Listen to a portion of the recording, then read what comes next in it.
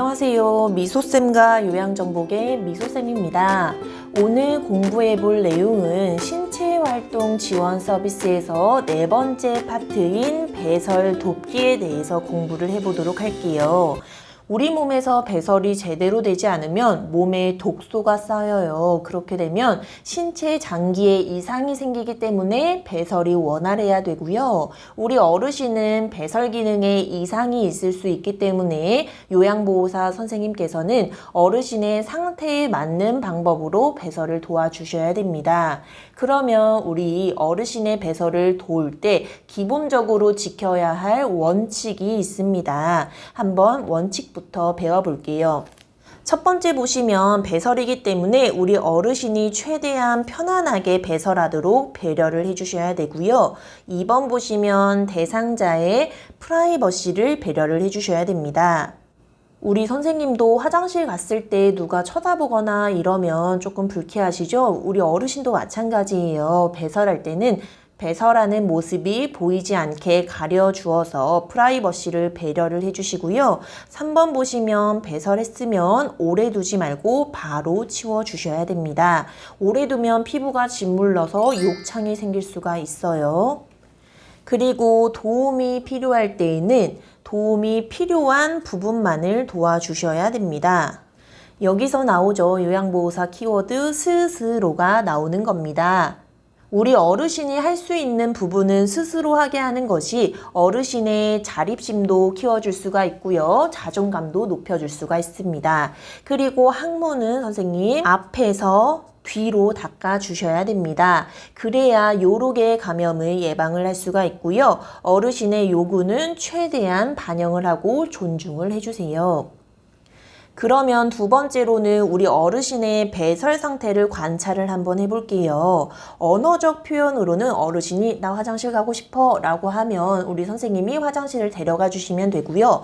비언어적 표현으로는 허리를 들썩인다거나 안절부절 못하는 모습을 보이시면 우리 선생님이 이게 배설 상태의 비언어적 표현이라는 것을 인지하시고 화장실로 데려가 주시면 됩니다.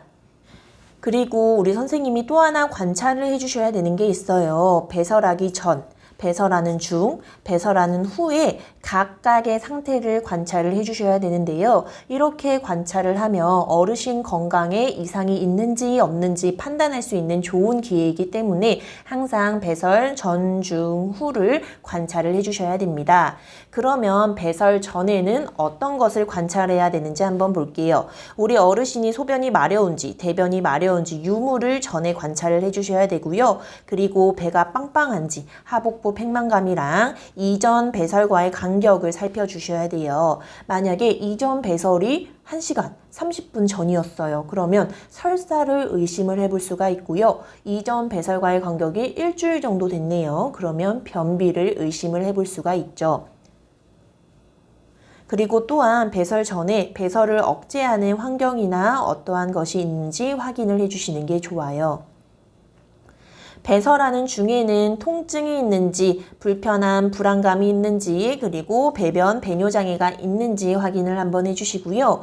배설 후에는 색깔을 관찰을 해주셔야 돼요. 우리 선생님도 대변 보시고 한번 색깔 꼭 관찰을 해보시고요. 만약 대변의 색깔이 짜장면색이라던가 아니면 혈변을 보았다 하시면 바로 응급실로 가셔야 됩니다. 그리고 소변에 혼탁의 유무라던가 배설 시간이 어느 정도인지, 잔뇨감, 잔변감은 소변이 남아있는 듯한 느낌, 대변이 남아있는 듯한 느낌이에요. 이러한 잔뇨, 잔변감이 있는지, 그리고 배설량이 얼마나 되는지 한번 관찰을 해주셔야 됩니다.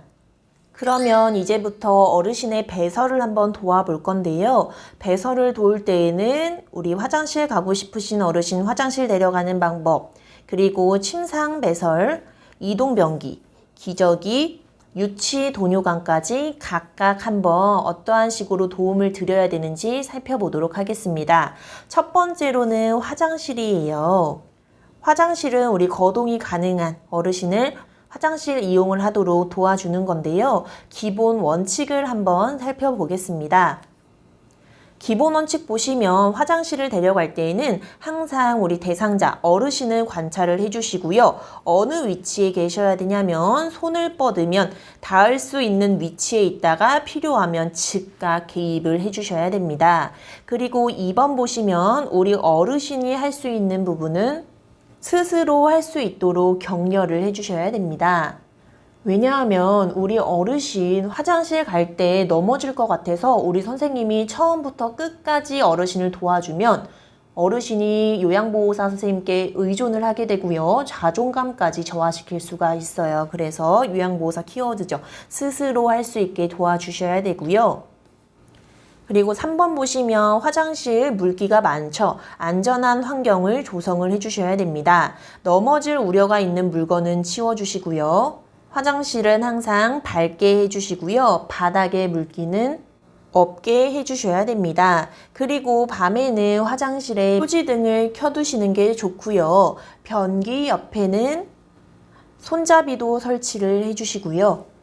응급벨도 설치를 해주시는 게 좋아요. 그리고 휠체어를 이용할 때에는 넘어지지 않도록 반드시 휠체어에 잠금 장치는 걸어 두셔야 됩니다.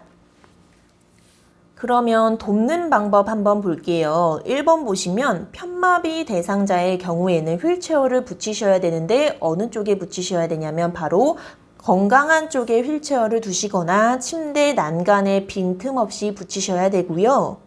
각도가 중요해요, 선생님. 각도는 30에서 45도로 비스듬히 붙이셔야 됩니다. 예를 들어 볼게요. 만약에 우리 어르신이 오른쪽 편마비래요. 그러면 휠체어를 건강한 쪽인 어디에 붙여야 될까요? 왼쪽으로 침대 난간에 30에서 45도 비스듬히 붙여주시면 됩니다. 그 다음에는 우리 어르신에게 우리 어르신 침대 가장자리로 걸터 앉으세요 라고 말씀을 하신 다음에 휠체어에 앉혀주시고요. 이렇게 휠체어에 앉히는 방법은 제가 체위 변경 때 다시 한번 안내를 해드릴게요. 3번 보시면 휠체어에 앉았는데 이러한 사진처럼 대상자가 끝까지 휠체어에 앉지 못했을 경우에요. 이럴 때에는 휠체어 뒤쪽에 서서 대상자의 겨드랑이 사이에 두 팔을 넣고 두 팔을 감싸 휠체어로 깊숙이 앉히셔야 됩니다. 4번 보시면 이렇게 휠체어로 태웠으면 어르신과 함께 화장실을 이동한 후에 변기에 앉혀주시고요. 5번 보시면 배설할 때 어르신이 밖에서 기다리기를 원할 때에는 두 가지 방법이 있습니다. 첫 번째로는 대상자 옆에 호출기를 두고 도움이 필요할 시 요청하도록 알리시는 방법이 있고요. 두 번째로는 어르신에게 중간중간 말을 걸어 상태를 살피는 방법이 있습니다.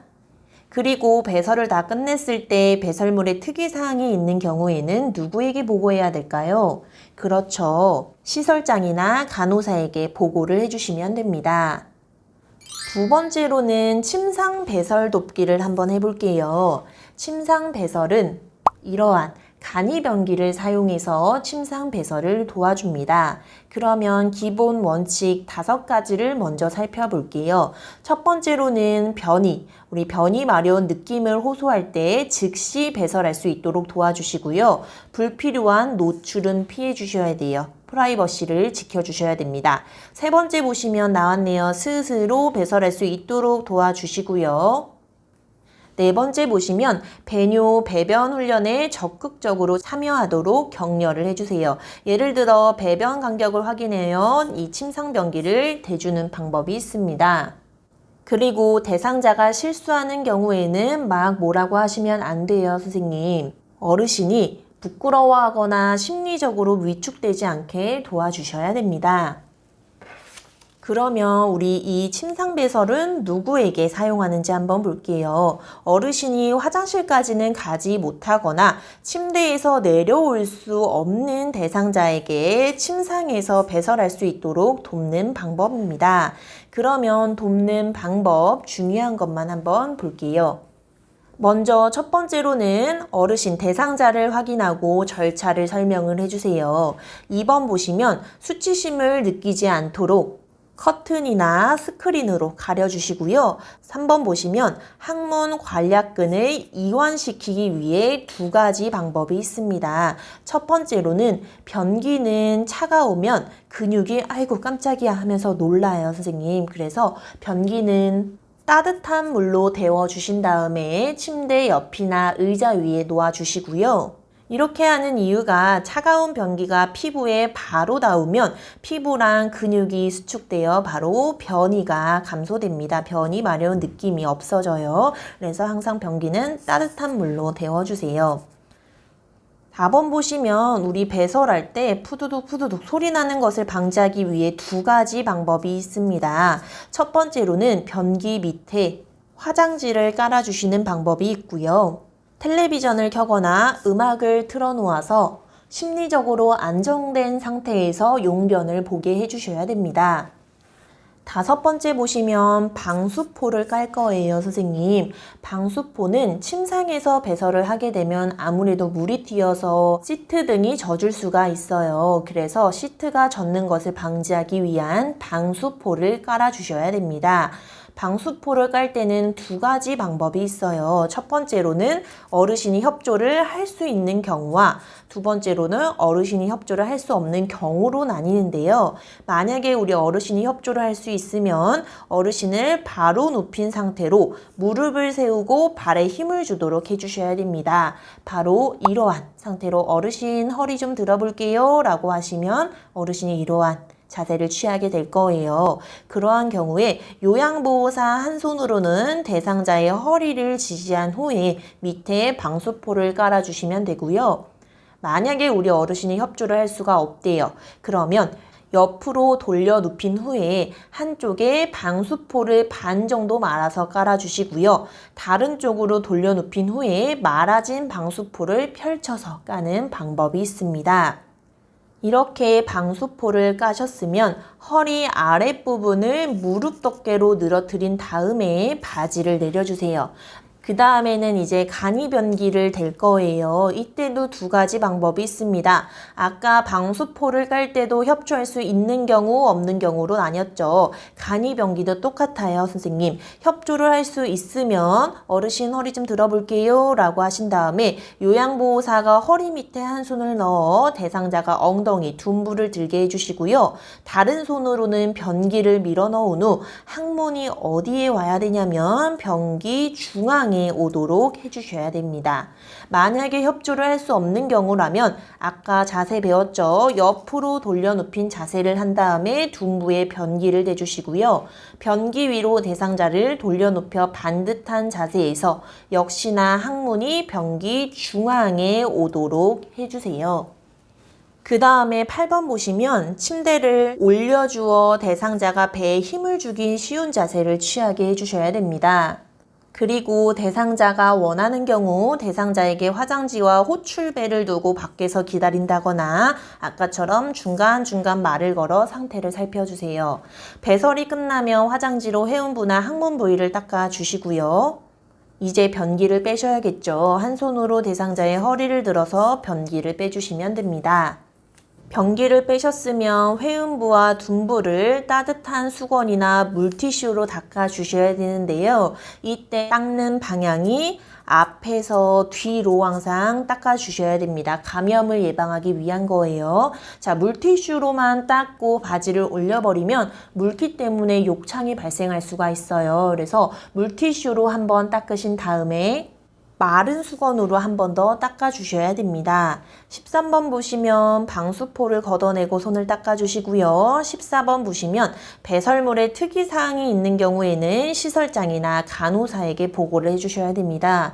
그러면 어떨 때 시설장이나 간호사에게 보고해야 하는지 한 번만 볼게요. 첫 번째로는 소변이 너무 탁하거나 뿌연 경우, 소변에 거품이 많이 나거나 색이 진한 경우, 냄새가 심한 경우, 피가 섞여 나오는 경우, 대변이 심하게 묽거나 점액질이 섞여 나오는 경우에도 보고를 해주셔야 되고요. 이 점액질이라는 걸 처음 들어보신 선생님도 계실 거예요. 점액은 대장 점막에서 점액을 분비하고요. 점액은 대변 속에 있는 박테리아로부터 장벽을 보호하고 윤활작용을 하는 애라 밖으로 나오면 안 돼요. 이러한 장벽을 보호하는 애들이 밖으로 나온다 하시면 보고를 해주셔야 됩니다. 그리고 보고하지 않아야 되는 경우도 있어요. 소변이 연하고 노란색일 경우 정상이죠. 대변이 굵게 나오는 경우는 보고하지 않으셔도 됩니다. 다음으로는 이동변기 사용 돕기에 대해서 배워볼게요. 이동변기는 말 그대로 이동할 수 있는 변기를 말합니다. 기본 원칙부터 한번 보겠습니다. 1번 보시면 변이를 호소할 때 즉시 배설할 수 있도록 도와주시고요. 불필요한 노출은 피해주세요. 배뇨, 배변 훈련에 적극적으로 참여하도록 격려를 해주시면서 4번 보시면 대상자가 배설이 어려울 때에는 미지근한 물을 항문이나 요도에 끼얹어 변이를 자극하는 방법이 있습니다. 미지근한 물을 끼얹어 주시면 항문 주변의 근육이 이완되어서 소변이 마려운 느낌이 듭니다. 그리고 5번 보시면 이동변기는 언제 씻어야 될까요? 바로 매번 깨끗이 씻어서 배설물이 남아있거나 냄새가 나지 않게 해주셔야 됩니다. 그러면 어떤 어르신이 이동변기를 사용하는지 한 번만 볼게요. 서거나 앉는 것은 가능해요. 하지만 화장실까지 걷기는 어려운 대상자의 배설을 도울 때 사용하는 게 바로 이 이동변기입니다. 그러면 어떻게 도울 건지 한번 볼게요. 1번 보시면 역시나 대상자를 확인하고 절차를 설명을 해주세요. 그리고 2번 중요합니다, 선생님. 이동변기의 높이는 침대 높이와 어떻게 맞춰야 할까요? 바로 같게 맞추셔야 됩니다.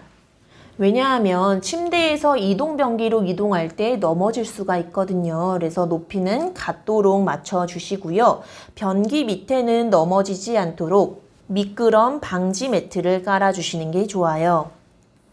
아까도 배우셨죠, 선생님? 변기가 너무 차가우면 피부가 아이고 깜짝이야 수축돼서 변이가 사라집니다. 피부가 놀라지 않도록 따뜻한 물로 데워주시는 게 좋고요. 편마비의 경우에는 이동변기는 어느 쪽에 붙여야 될까요? 휠체어랑 같다고 생각하시면 돼요. 바로 건강한 쪽으로 붙이거나 아니면 침대 난간에 빈틈없이 붙여주시고요. 각도는 30에서 45도 비스듬히 붙여주세요.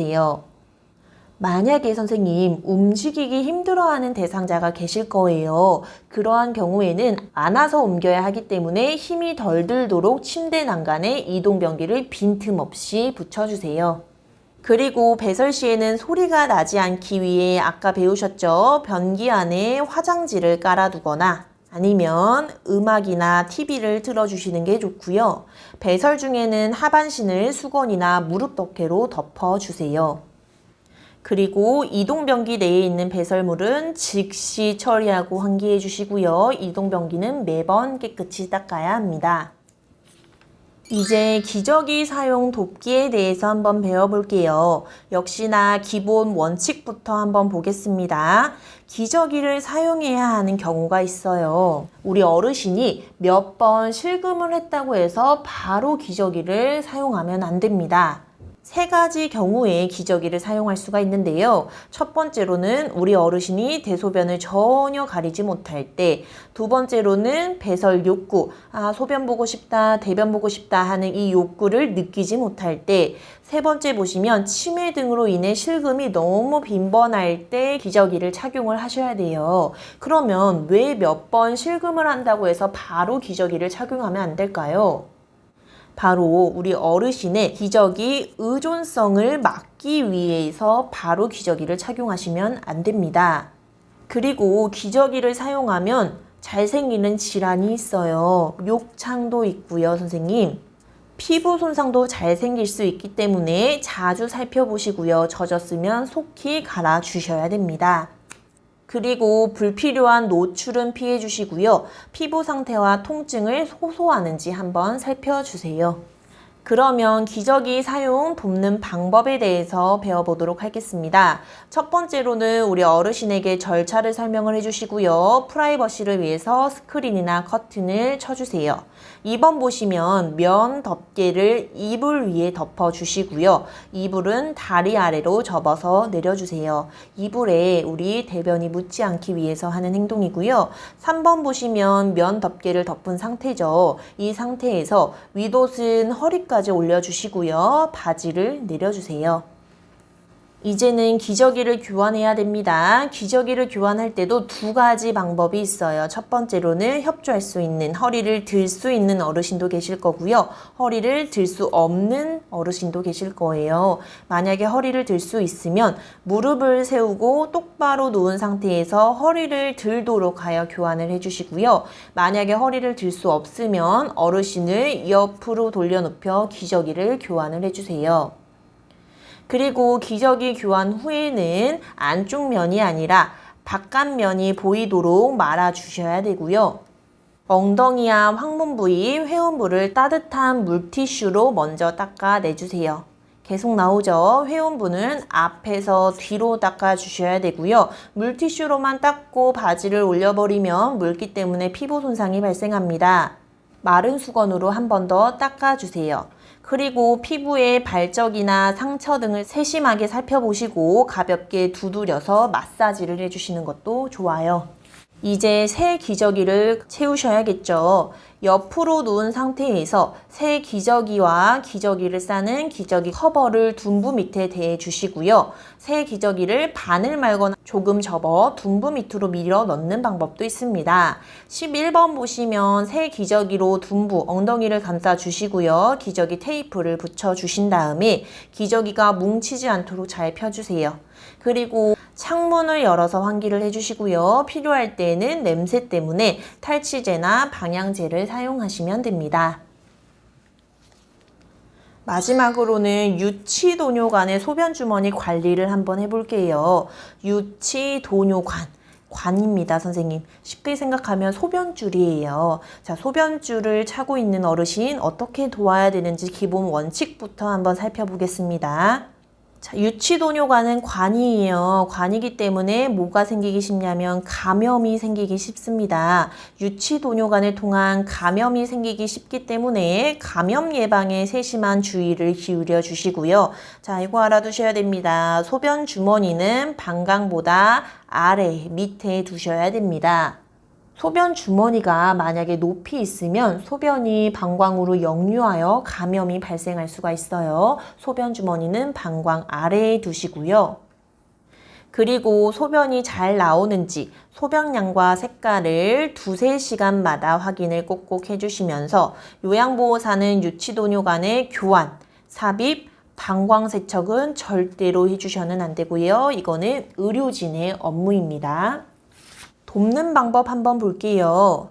예를 들어 시험에 이렇게 나올 수가 있어요. 소변 주머니를 가지고 있는 어르신의 소변 주머니에 소변이 고이지 않았다. 이때 요양보호사가 취해야 할 행동으로 옳은 것은? 이라고 했을 때에는 유치도뇨관이 막히거나 꼬여서 소변이 제대로 배출되지 않았기 때문에 어르신이 아랫배가 아프다고 호소할 수도 있거든요. 그럴 경우에는 연결관이 꺾여 있거나 눌려 있는지 한번 살펴주시는 게 좋아요. 2번 볼게요. 유치도뇨관을 사용했다고 하더라도 움직일 수도 있고요. 보행도 가능합니다. 심지어 병원에서는 유치도뇨관 가지고 퇴원하시는 분들도 있습니다.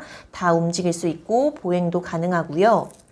그리고 금기사항이 없는 한 수분 섭취는 권장을 해주셔야 됩니다. 또한 유치도뇨관을 강제로 빼는 경우에는 어디가 손상이 될까요? 바로 요도 점막이 손상이 될 수가 있어요. 자, 소변줄은 모형입니다, 선생님. 이렇게 요도로 들어가고요. 요도로 들어갔으면 고정시키기 위하여 안에 증류수를 주입을 해요. 근데 이렇게 증류수를 주입한 상태에서 억지로 강제로 빼는 경우에는 우리 소변을 넣은 요도가 손상이 될 수가 있으니 억지로 빼지 않도록 해주시고요. 5번 보시면 시설장이나 간호사에게 보고해야 하는 경우가 있습니다. 아까도 배우셨죠? 소변색이 이상하거나 탁해진 경우, 소변량이 너무 적어진 경우, 소변이 도뇨관 밖으로 샌다 하시면 보고를 해주시고요. 6번째로는 소변 주머니 비우는 법을 한번 볼게요. 첫 번째로는 소변 배출구를 열어주시고요. 소변을 받아주세요. 배출구가 여기입니다. 이러한 배출구를 잠근 후 알코올 솜으로 소독이죠. 닦아주신 다음에 소변 배출구를 제자리에 꽂아주신 다음에 물과 비누로 손을 닦아주시면 됩니다. 이렇게 해서 신체활동 지원의 4번째 파트인 배설 돕기에 대해서 알아봤습니다. 오늘도 봐주셔서 감사합니다. 좋아요, 구독, 알림 설정 부탁드리고요. 저희는 다음 영상에서 만나요.